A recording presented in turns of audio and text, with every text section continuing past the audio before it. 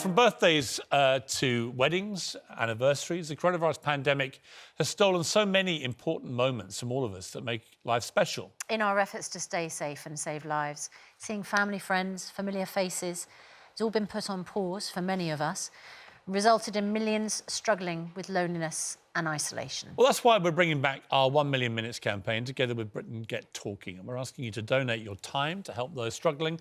And we're launching our call to action today with this exclusive film directed by EastEnders star Jake Wood.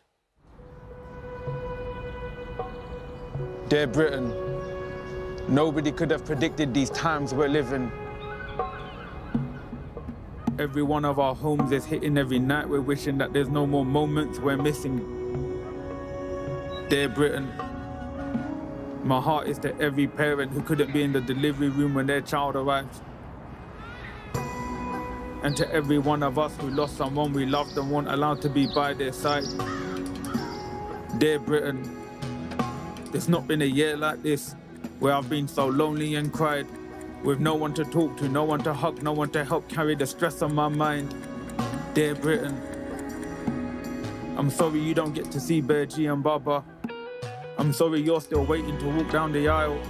I'm sorry so many beautiful moments that were meant to have happened have passed. I'm sorry it's still taking us a while. Dear Britain, we're all going through it. But to ourselves and each other, we need to be a bit kinder. Through this global pandemic, we really got to learn how to hold each other and ourselves that little bit higher.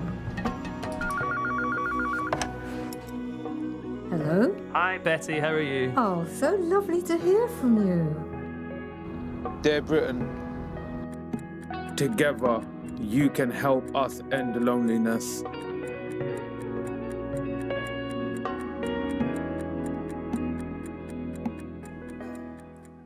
And before we ran that film, we were just reaching 3 million minutes. And we've just gone over it. That is no surprise at all, because that is a beautiful and affecting film. Hussein Manoir is the poet, and Jake Wood is the director. So very good morning to you, Jake. We are also joined this morning by Zara Zaman, who is the nurse who stars in the film as well. It's wonderful to see both of you. Zara, I can imagine for you it's been an incredibly tough time. I know that you were dealing with critical care and it wasn't something you'd had experience in, so that's an enormous pressure. You must also have seen the loneliness that affects patients, because of course so many of us rely, when we go into hospital, on our families coming and supporting us. That hasn't been possible, has it, during the pandemic for the large part? Yeah, absolutely. I think that's been one of the hardest aspects to this whole pandemic, is having to care for patients but missing out on that interaction that they have with their families. And being as a healthcare professional and seeing that firsthand, it's by far been one of the most difficult aspects to it. And Zara, there was an amazing picture which came out overnight. This is from Houston in Texas, and it was of a Texas doctor named Dr. Joseph Varon. And he was working his 256th consecutive day fighting coronavirus at this hospital. And he just saw an old man on his own, lonely, vulnerable, a patient with COVID, who wasn't able to see his wife on Thanksgiving Day, and he just gave him a hug. And it's a picture that's really gone around the world, it's resonated with people so much, but it must particularly resonate with you, because that must be a moment that you, as healthcare workers, you're all that people have in a number of these cases. Their families can't come near them. Yeah, looking at that picture, it's so powerful, and it kind of brings back moments that I felt when I was redeployed to intensive care unit. And, you know, in those positions, we feel grateful that we can be with these patients in very important moments of their health. But at the same time, it was very overwhelming because we didn't know what to deal with, what we were dealing with. Everything was just on a bigger scale. But absolutely, looking at those pictures, it does bring back flashbacks where I've had to hold the hands of patients who were very scared, who didn't know what to expect. They only speak to their families via the phone, and sometimes they do just rely on the healthcare professionals to be there for them. It's a very powerful position. Jake, you have directed this beautiful film for our campaign, and it has such a galvanising effect. We see the number of minutes donated throughout the film go up, which is absolutely, people want to help. But everybody, I think, has been affected by loneliness in some way, shape or form during this pandemic. I mean, my heart particularly goes out to, well, I mean, to anybody who suffers, because it is a painful feeling. But older people, those in care homes or those living on their own, have really felt the pain and the pang of loneliness. And I know that your mum has been on her own, particularly during the first lockdown, wasn't she? Yeah, and she still is during the second lockdown.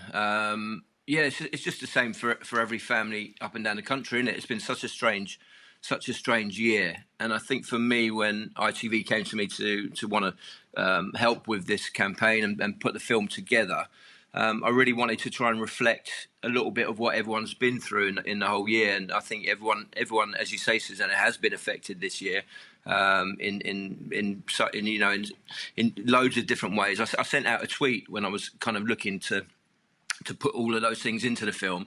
And asking what are some of the moments that you've missed out on this year, and some of the replies were absolutely heartbreaking.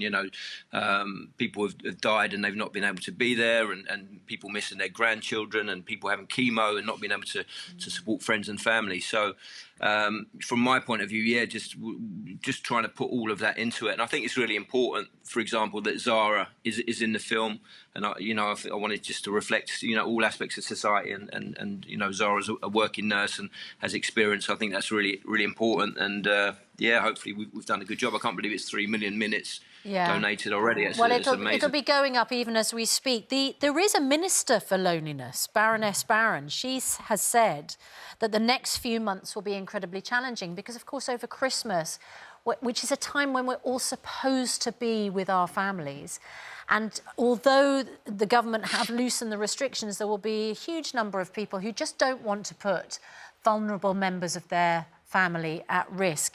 And figures show that 5% of adults, that's more than 2.5 million people, had not left their home for any reason in the previous 7 days from the point at which that survey was taken.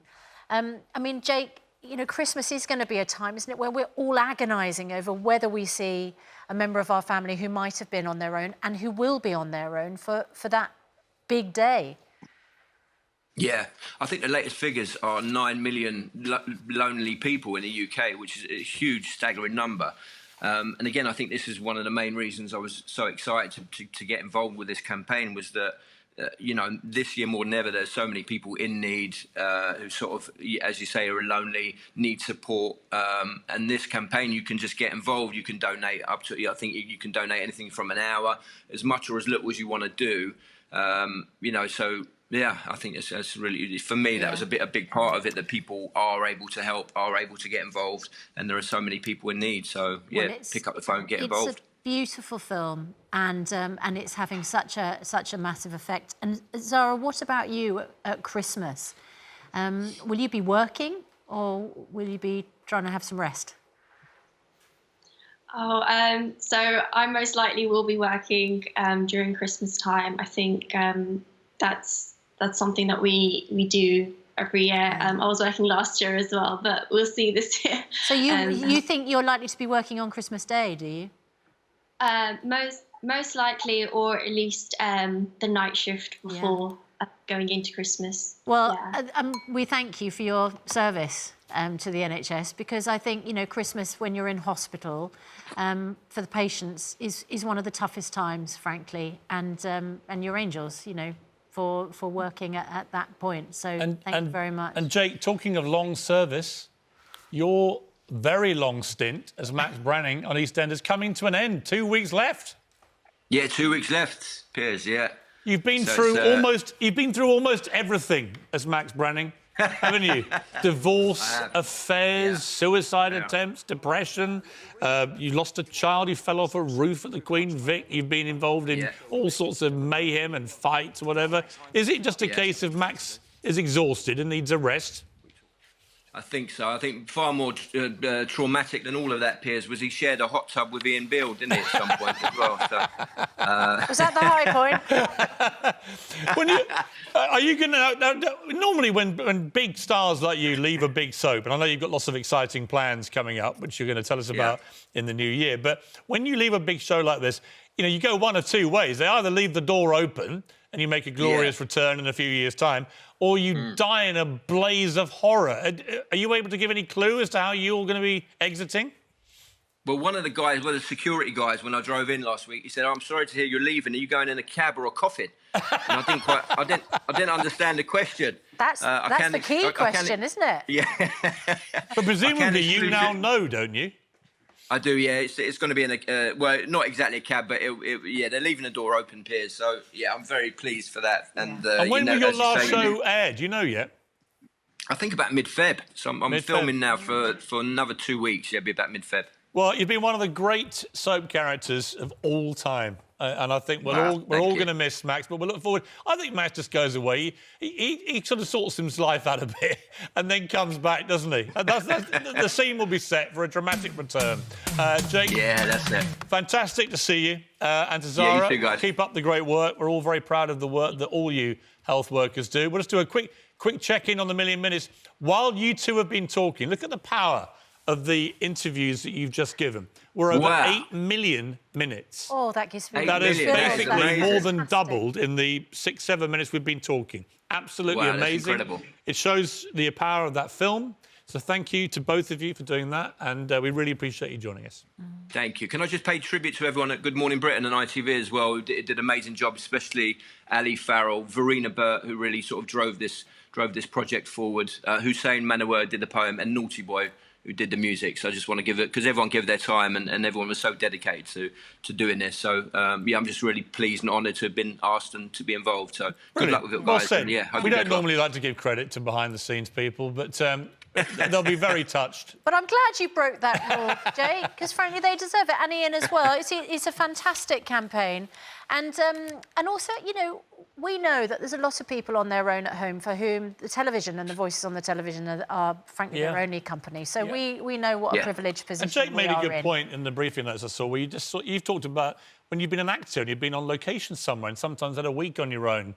And, you know, I've had periods of that working in America, been on my own for a bit. It's a weird feeling. If you don't have friends around, you don't have family, you're on your... Like, what do you do? You know what? We're lucky because we do come home and have family who can hug us. I honestly, my heart goes out to those people who've been isolated, it's tough. shielding, and haven't had human contact, frankly. They haven't had a hug. And Zara, thank you to you for doing that for patients at the hospital. Well, you can help. Anyway, you can join by going to our website, itv.com/1millionminutes, where you'll find volunteering opportunities to help the fight to end illness. Let's all help out. If you can do a little bit, doesn't matter how much you can do, just if you can help someone who's feeling a bit lonely, needs a bit of a fillip, a bit of a tonic this Christmas, then please do.